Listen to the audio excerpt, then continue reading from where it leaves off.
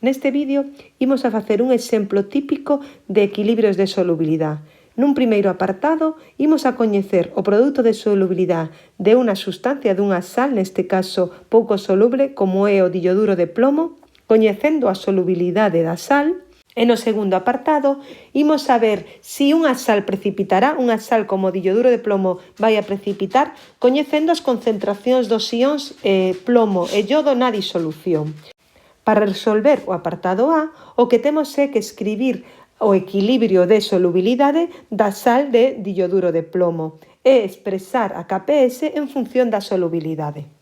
Para unha sal pouco soluble como el dilloduro de plomo, este non disocia totalmente, non se disolven totalmente formándose os iones en disolución, senón que se establece un equilibrio entre o sólido, é dicir, entre o dilloduro de plomo e os ións da disolución. Como se trata dun equilibrio heteroxéneo, onde nos reactivos hai un sólido, no equilibrio só van a intervir aquelas sustancias que están en disolución, polo tanto, só van a contribuir o plomo 2+ e o 2-iodo-. Para os equilibrios de solubilidade, a constante de equilibrio coñécese como produto de solubilidade KPS e neste caso queda da seguinte expresión.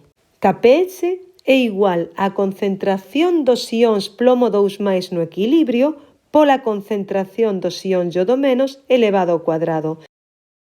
A KPS, como acabamos de ver, está relacionada coas concentracións de plomo 2+ e iodo- no equilibrio, pero estos tamén están relacionados coa solubilidade da sal, posto que, se partimos dunha determinada concentración de sal C0, esta sal vai a disociar unha cantidade S para o caso do plomo e unha cantidade 2S para o caso do iodo e, polo tanto, podemos expresar o equilibrio de solubilidade en función da solubilidade das sustancias.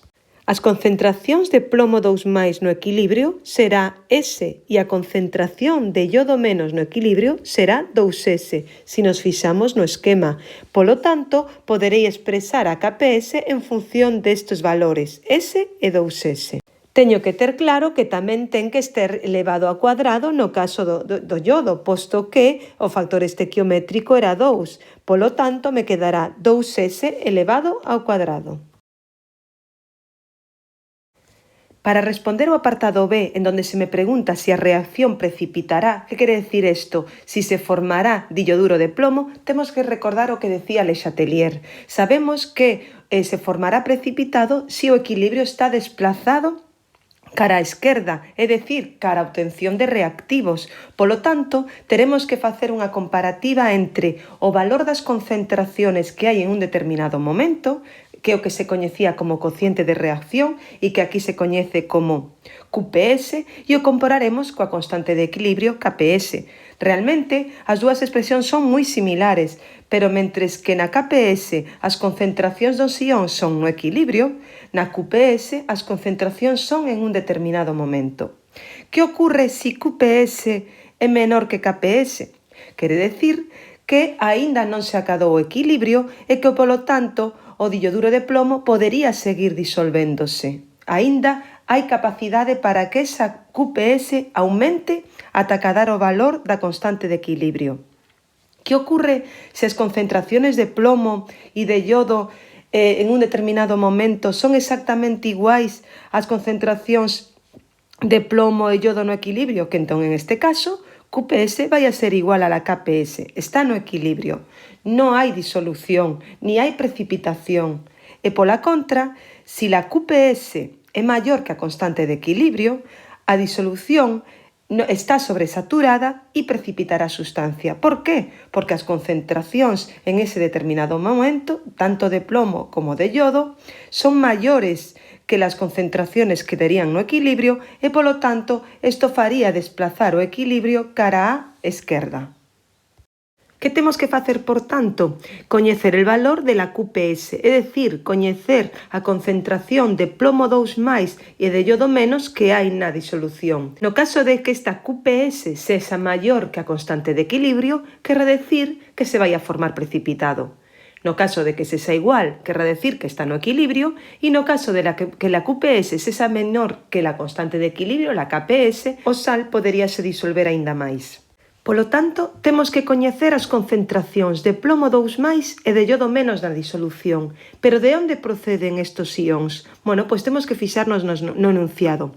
Pregunta, se formará un precipitado de ioduro de plomo a partir da mestura de 10 ml de disolución de ioduro de potasio con 500 ml de disolución de nitrato de plomo 2? Bueno, que temos que facer?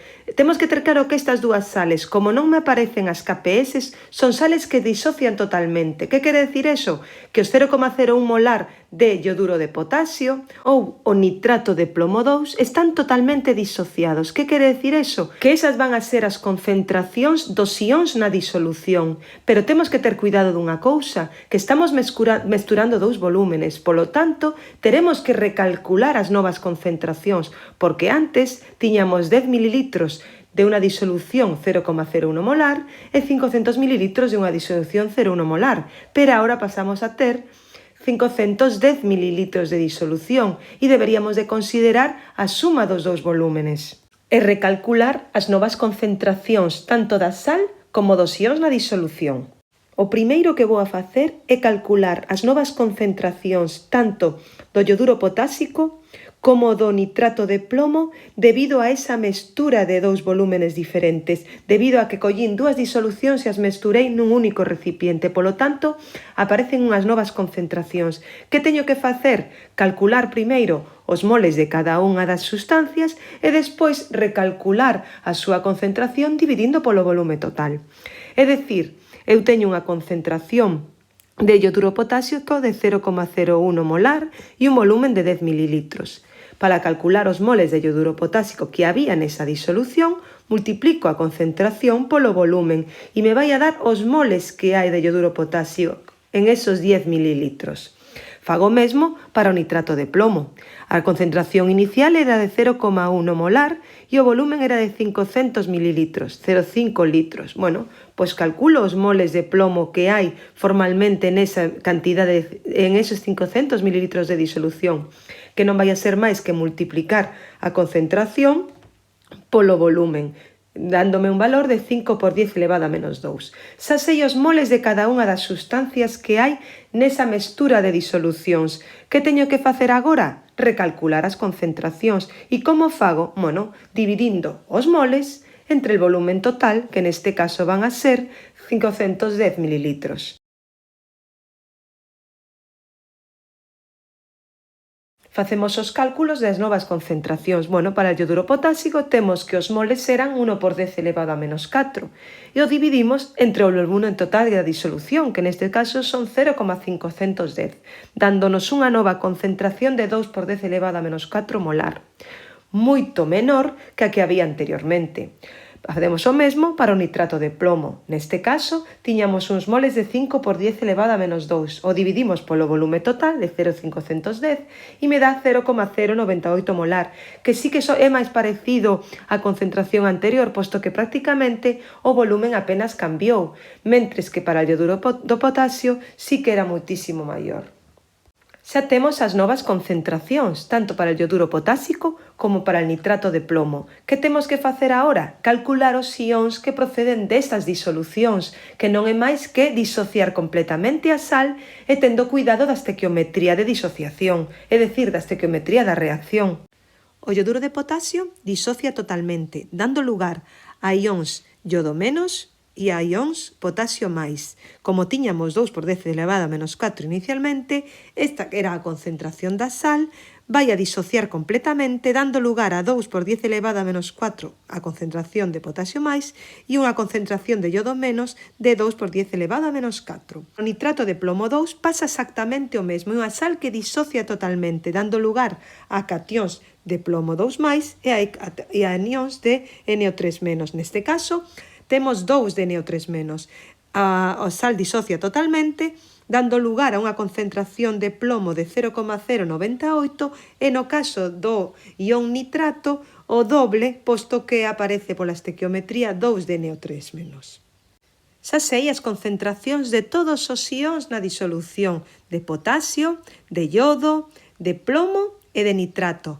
Realmente, a min o que me interesa é saber se a sal de ioduro de potasio precipitará. Polo tanto, o que teño que saber é se as concentracións de plomo e iodo darán lugar a unha KPS maior que a constante de equilibrio, que será o que faga a continuación. As concentraciones de plomo 2+ e iodo menos son respectivamente 0,098 e 2 por 10 elevado a menos 4, como calculamos anteriormente. Temos que incorporar estas concentraciones ao cálculo de la QPS e comprobar si esta é maior ou menor que a constante de equilibrio, que a constante de solubilidade, de produto de solubilidade. Vemos que a QPS é menor á constante de solubilidade. A QPS ten un valor de 3,92 por 10 elevado a menos 9, mentres que o produto de solubilidade, é dicir, a constante de solubilidade, é de 9,8 por 10 elevado a menos 9. Polo tanto, esta sal non precipitará, esta sal se atopará disolta e aínda aceptaría máis cantidade de ións de plomo e de ións de iodo ata dar lugar ao precipitado.